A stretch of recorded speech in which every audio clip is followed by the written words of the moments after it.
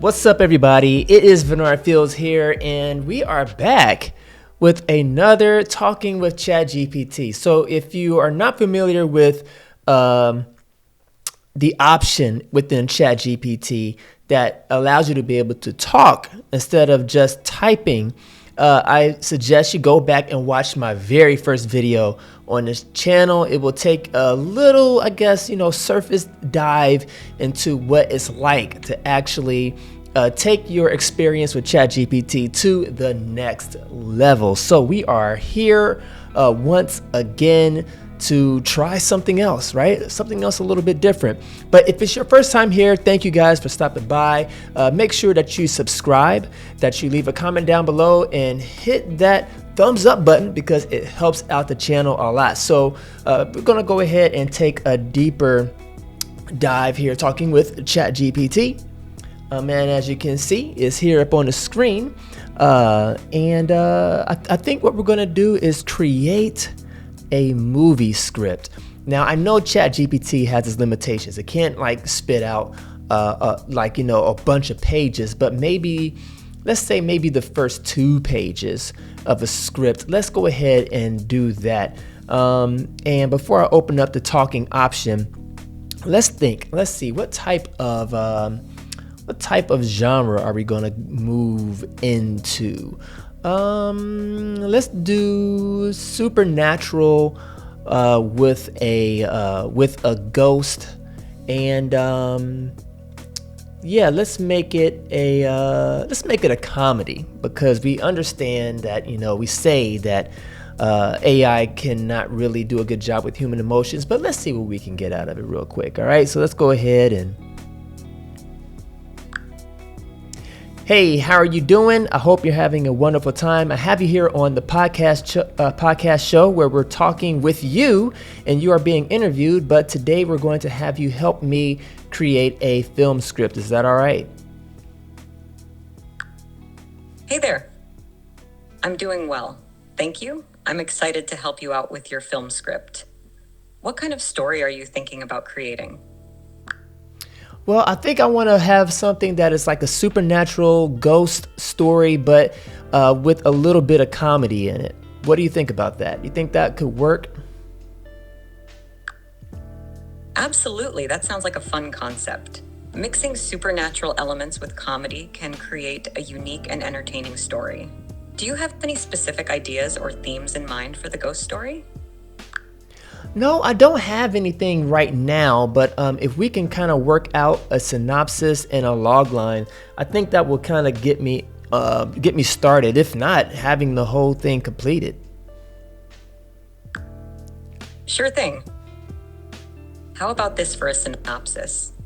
In a small town plagued by strange occurrences, a skeptical but ambitious journalist teams up with a quirky paranormal investigator to uncover the truth behind the ghostly hauntings. Along the way, they encounter mischievous spirits, eccentric townsfolk, and unexpected challenges, leading to hilarious and heartwarming moments as they navigate the supernatural world while learning to trust each other. And for the logline, when a skeptical journalist and a quirky paranormal investigator join forces to investigate ghostly sightings in a small town, they uncover more than they bargained for, including friendship, laughter, and the true meaning of believing in the impossible. How does that sound as a starting point for your film script? Yeah, I think that's a decent start. Was wondering, would the 2 main protagonists happen to have a love interest with each other? That's definitely an option. Adding a romantic subplot between the 2 main protagonists could add depth to their relationship and provide some additional humor and tension throughout the story. What do you think about exploring a romantic connection between them? I think that it will be, necessary. I mean, typically a lot of movies always thrive, or they have some type of love interest to kind of help up the stakes and stuff like that. But speaking of stakes, when it comes to their challenges that they're facing, with there being an antagonist in this comedy, Could this antagonist be misunderstood, and could the antagonist be like a ghost or apparition? Absolutely. Having a misunderstood antagonist like a ghost or apparition could add an interesting layer to the story. Perhaps the antagonist is a ghost who is not actually trying to harm anyone, but their actions are misunderstood by the townsfolk, leading to chaos and confusion. This could create opportunities for comedic situations as the protagonists try to communicate with the ghost and unravel the mystery behind their intentions. What do you think about incorporating a misunderstood ghost as the antagonist? I like that idea. And then I'm thinking, along the lines of, typically ghosts are locked into one location and they hunt that space. But what if we have the ghost like traveling from house to house trying to find a friend, but it's misunderstood, and typically it's either like cast out, or abandoned, left alone, or the house is kind of like abandoned or left alone. What do you think about that? I love that twist. Having the ghost travel from house to house in search of a friend adds a fresh and unexpected element to the story. It also creates opportunities for the protagonist to encounter the ghost in various settings, leading to different challenges and comedic moments along the way. Plus, exploring themes of loneliness and friendship adds depth to the supernatural aspect of the story. It's a great idea.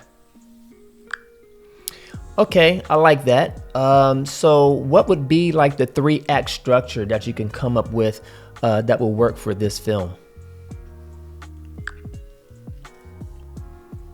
Sure, here's a rough outline of the 3-act structure for the film. Act 1, setup.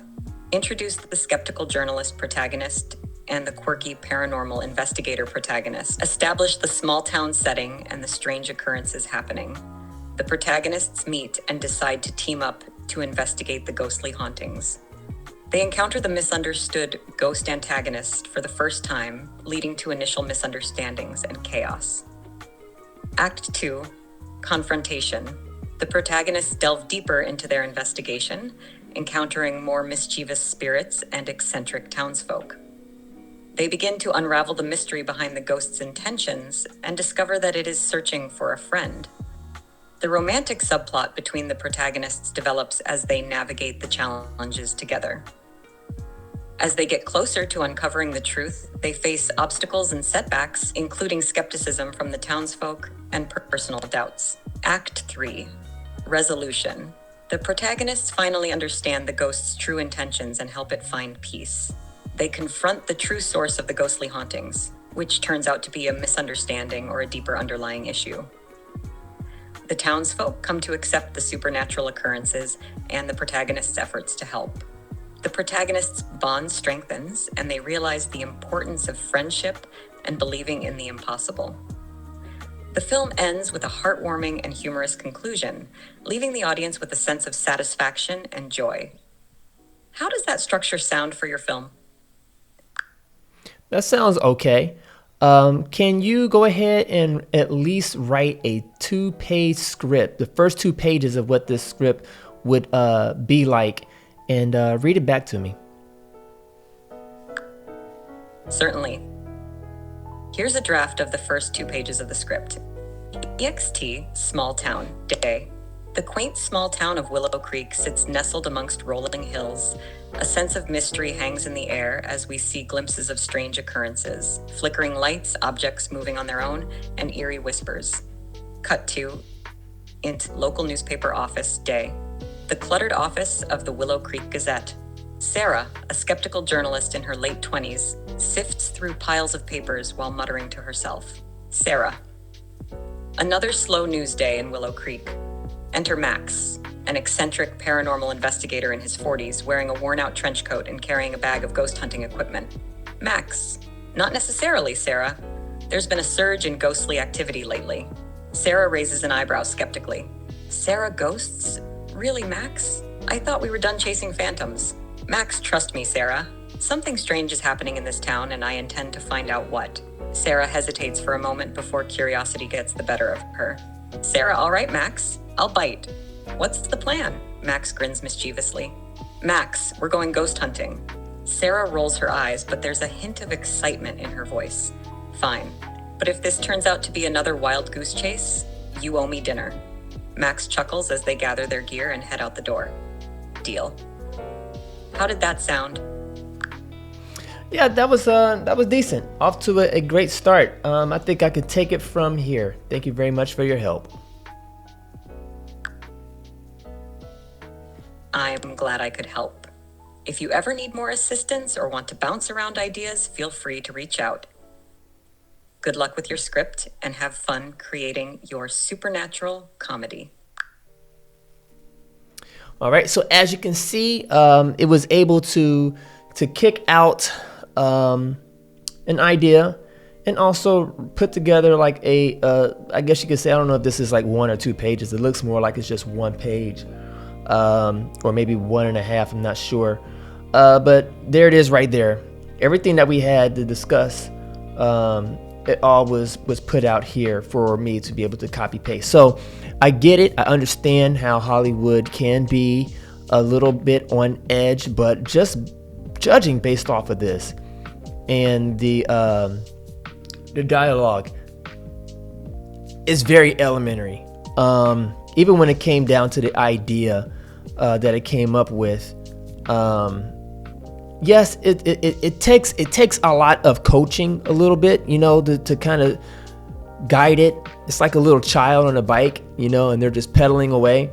You have to kind of help it, a little bit, because it could give you it does give you generic dialogue. It gives you generic scenarios and log lines and synopsises, and you just gotta help it a little bit, or just altogether just use it to kind of springboard a single idea and then run off with it. You kind of saw how I was like, well, what about this? What if the ghost was lonely and was just going through the town looking for someone to befriend, and I was thinking along the lines of like Casper the Friendly Ghost. And then also there's the other movie that was out on Netflix, I think. I can't remember the name of it, but yeah, it's on Netflix, and it's kind of almost the same thing. It's this ghost who was friendly, was misunderstood, couldn't remember how and why it found itself in that particular predicament in the state of being a ghost. So let's go ahead and take this a step further. And then we're going to end with coming up with some ChatGPT mid-journey description. So I want to describe like this movie poster and see what it could do. Okay, so I would like for you to give me a description of what you think the movie poster would look like. Sure. Here's a description of the movie poster. The movie poster features a whimsical yet eerie depiction of the small town of Willow Creek at dusk, with mist swirling around old-fashioned street lamps and Victorian-style houses. In the foreground, we see the two protagonists, Sarah and Max, standing back to back, with Sarah holding a camera and Max holding a flashlight and ghost hunting equipment. They both wear expressions of determination and curiosity. Behind them, translucent ghostly figures emerge from the shadows, hinting at the supernatural elements of the story. The title of the film, Ghostly Encounters, a Supernatural Comedy, is displayed prominently in bold, playful font, with glowing letters that give off an otherworldly glow. Below the title, the tagline reads, "Believe in the impossible." Overall, the poster captures the blend of mystery, humor, and adventure that audiences can expect from the film. All right, so as you can see, it gave me I'm thinking, fingers crossed. Let's see. We're going to take and copy this and put it into Midjourney and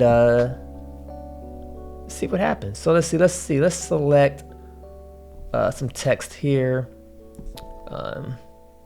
See, the movie poster features let's go start with a whimsical yet eerie depiction of a small town, Willows.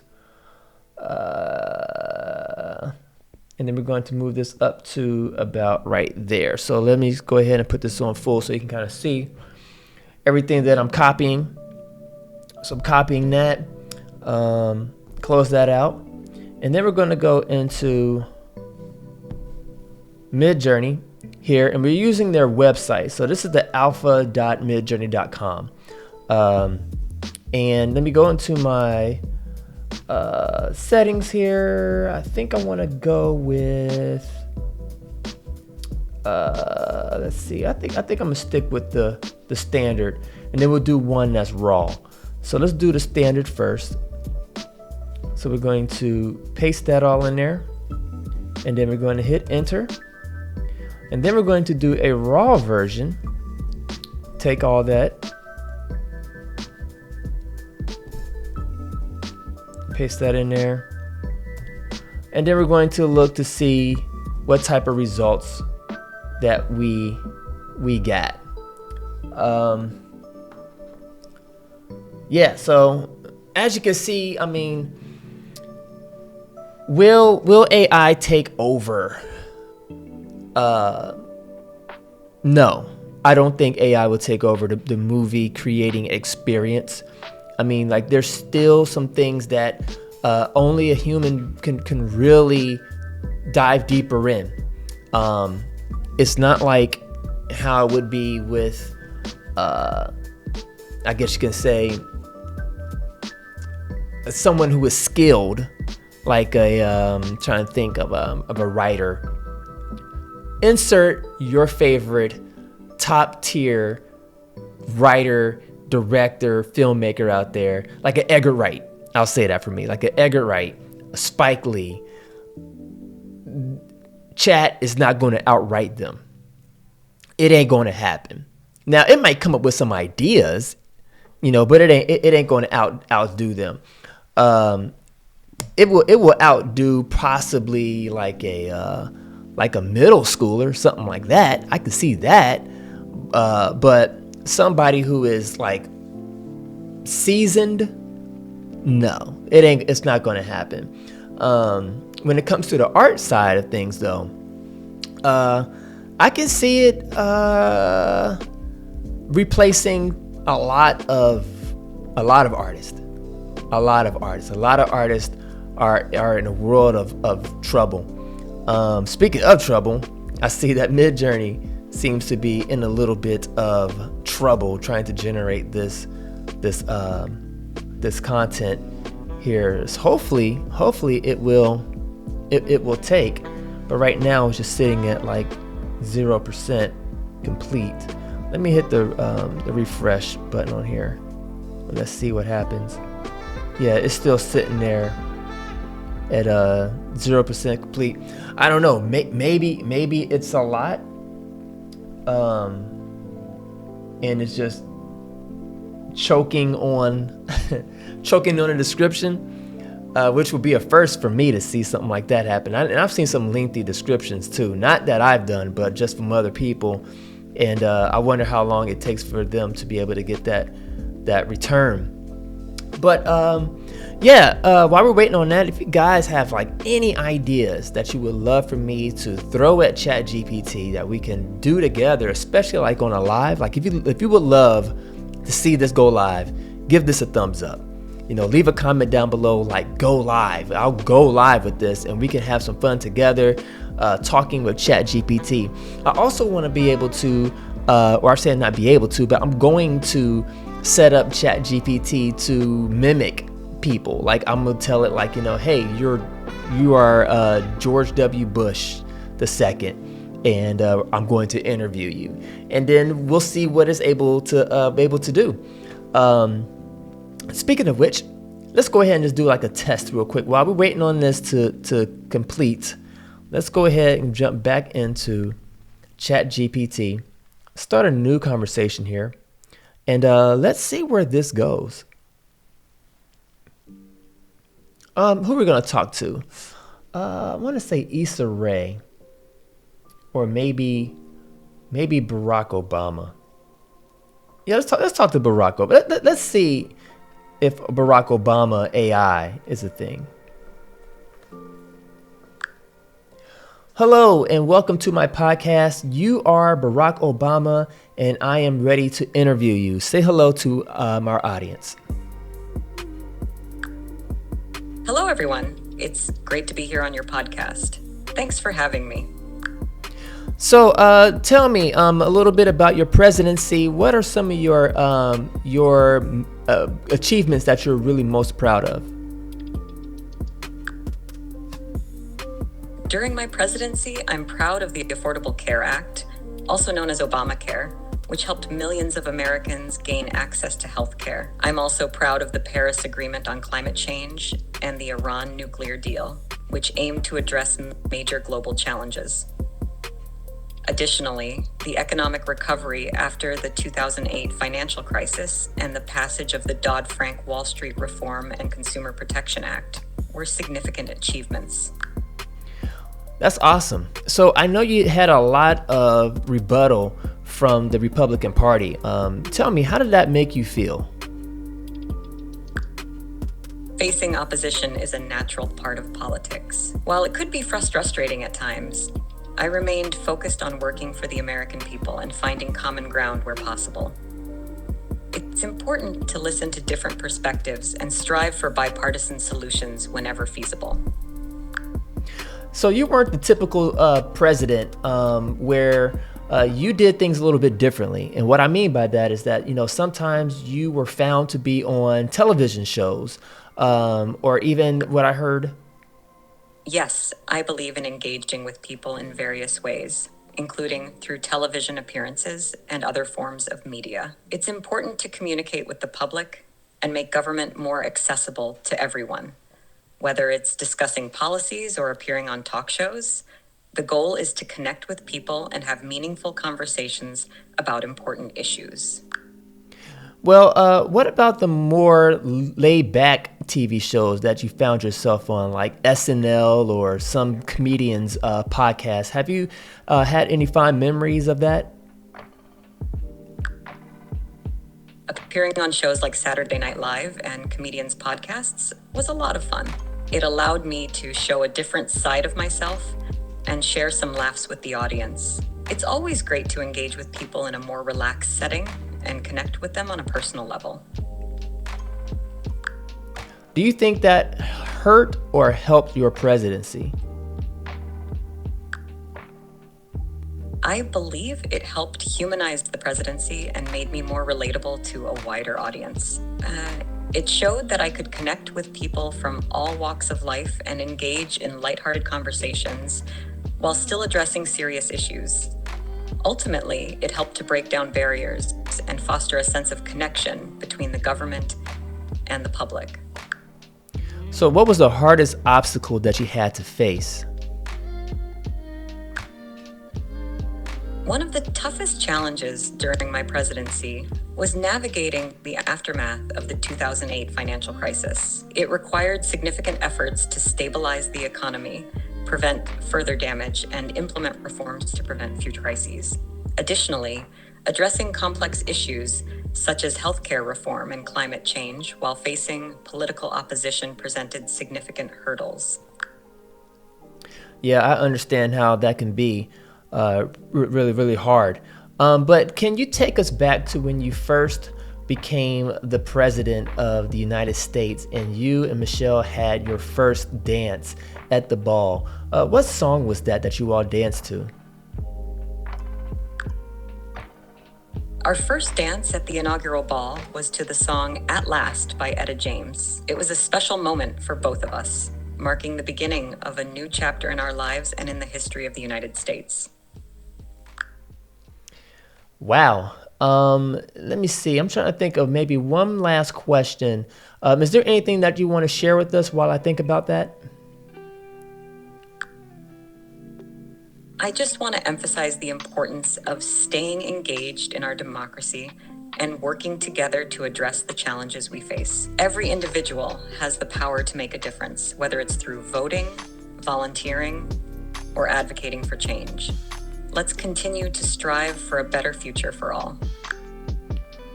So after your presidency, we know that you had a Netflix special and you've done some other things. But what are some other things that that we may not know you've done since you left office? Since leaving office, I've been involved in various philanthropic and advocacy efforts, including the Obama Foundation, which focuses on inspiring and empowering young leaders. I've also worked on writing projects, including my memoir, A Promised Land, and continued to advocate for issues such as healthcare, climate change, and voting rights. Additionally, I've enjoyed spending more time with my family and pursuing personal interests such as reading and staying active. Well, thank you very much for your time. You can tell the audience that you'll see them later, and we hope that we can talk again one day soon. Thank you for having me. It's been a pleasure chatting with you and your audience. Take care, and I look forward to our next conversation. See you later. So you see that? Like that's the power of talking with ChatGPT. Just as quick as you can sit there and type it out and for it to respond back to you, you can be talking to it, having just a full-blown conversation. And it was very accurate. Like I asked it a question specifically about like what was the first dance song that they had, and they said it accurately. It was At Last by Etta. And I was like, wow, that's impressive. So let's go ahead and go back to what we have here. Oh, wow. Let's take a look at this.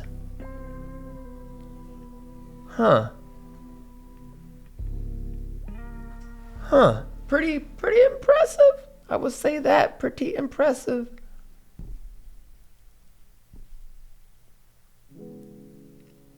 Right? That looks pretty good. That looks pretty cool.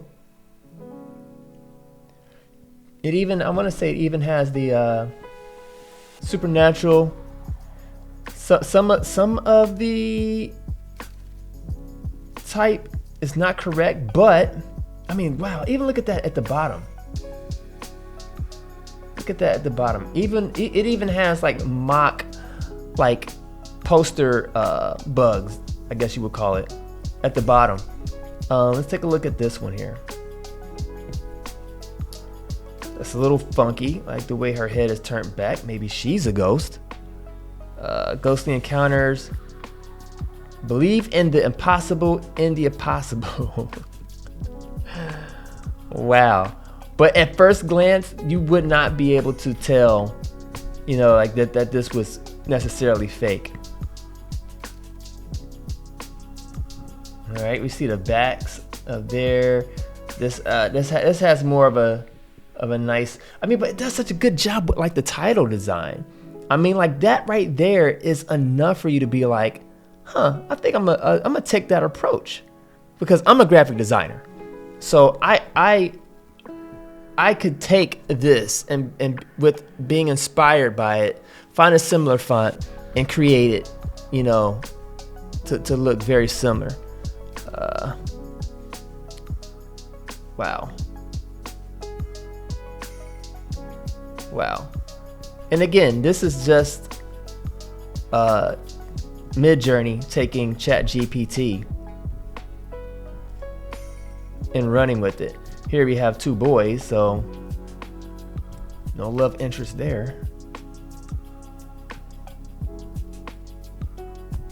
All right, okay, here we go.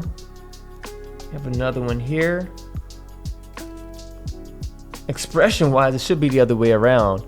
Like, I think, was it Max and Sarah? Like, Max should be the one who looks a little bit more confident and happy, and Sarah should be the one that's like, I don't wanna be out here with the ghost. And this one right here is probably one of my favorites. Ghostly Encounters. Look at that. It looks like an actual book cover. A supernatural comedy, Believe the Impossible. It didn't get all the fonts, but you can see it's there. Like, it's there. Even with that, like this right here, that ghostly, like that customization of that font choice, that screams like Pixar, Disney all day long, right? So coming to a close here, just want to again show you guys the options, the various things that you can do when it comes to using this software and using it to your advantage. You know, again, will it replace all aspects of creatives? No.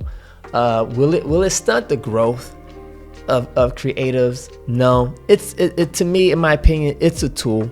It's definitely a tool. I feel like that you either have it already, because personally, I have a lot of the skills and the ability to learn to do these things on my own. Will it take me time? Yes. And I think that's probably the biggest thing, is that you have a time saving factor in here, and you also have a price factor in here, because to pay somebody else to kick these out, like, look at this.